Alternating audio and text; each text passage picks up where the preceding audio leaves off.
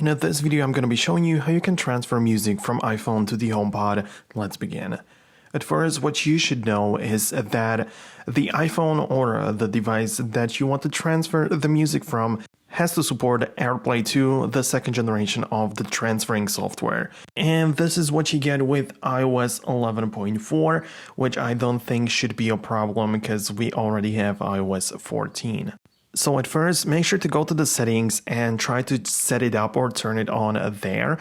So what you're going to have to do is to open up the settings, like I said, then go to General, then find the AirPlay and handoff section, and then make sure that the option which says Transfer to HomePod is turned on.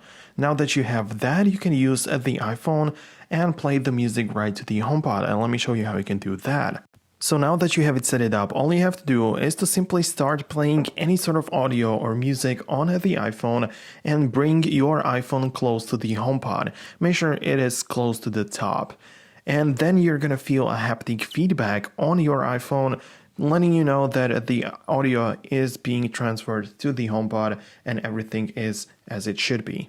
For this to work, you also have to make sure that the Bluetooth is turned on your iPhone, of course. This is kind of obvious, but you also want to make sure that the HomePod is connected to the same Wi-Fi network as your iPhone. It means that you are connected through the same Wi-Fi router or the Wi-Fi source. Because at the end, the audio is being transferred through the Wi-Fi, and that's why you have to be at the same network. You can also transfer the audio back from the HomePod to the iPhone using the very same gesture, simply bringing the iPhone close to the HomePod again to the top, and the audio should be transferred back to the iPhone. But there is one condition: your iPhone needs to be at least iPhone 11 or iPhone 12, and that applies to all models from that year. That is due to the chip which is present only in these devices, and it's not part of the older ones for some reason. I mean, it's like wasn't included in those previous, so you cannot transfer music back from the HomePod to the iPhone on older iPhones. But you can transfer from the iPhone to the HomePod on any iOS 11.4 and later iPhone.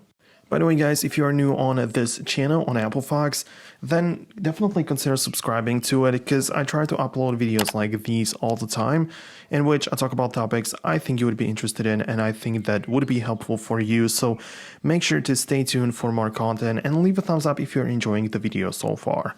So that was the handoff, the most seamless way of transferring the audio. However, you can simply use the iPhone. You can tap the screen to make the HomePod play some music or audio.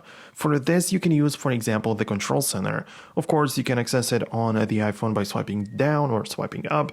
And once the music is playing, you tap on the music player and there is this little AirPlay icon in the upper right corner.